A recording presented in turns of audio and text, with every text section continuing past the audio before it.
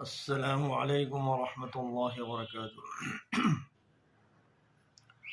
أعوذ بالله من الشيطان الرجيم. بسم الله الرحمن الرحيم.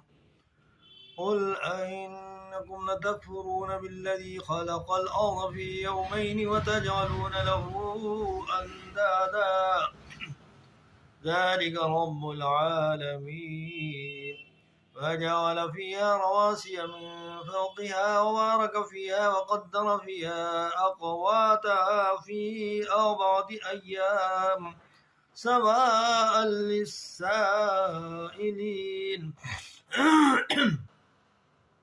ثم استوى إلى السماء وهي دخان فقال لها وللأرض ائتيا طوعا أو كرها قالتا أتينا طائعين.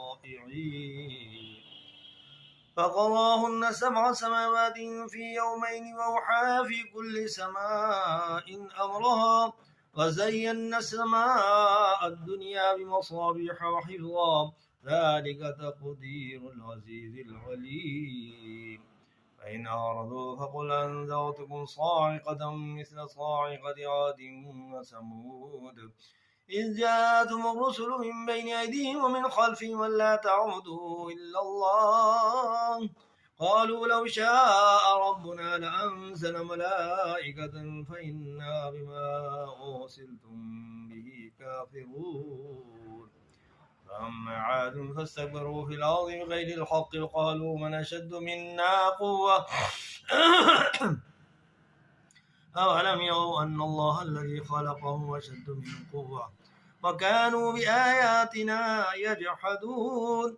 فأرسلنا عليهم ريحا صرصرا في أيام حساد لنذيقهم عذاب الخزي في الحياة الدنيا ولعذاب الآخرة أخزى وهم لا ينصرون.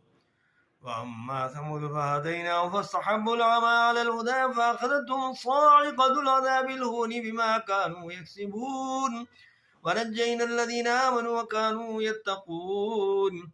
ويوم يحشر أعداء الله إلى النار فهم يوزعون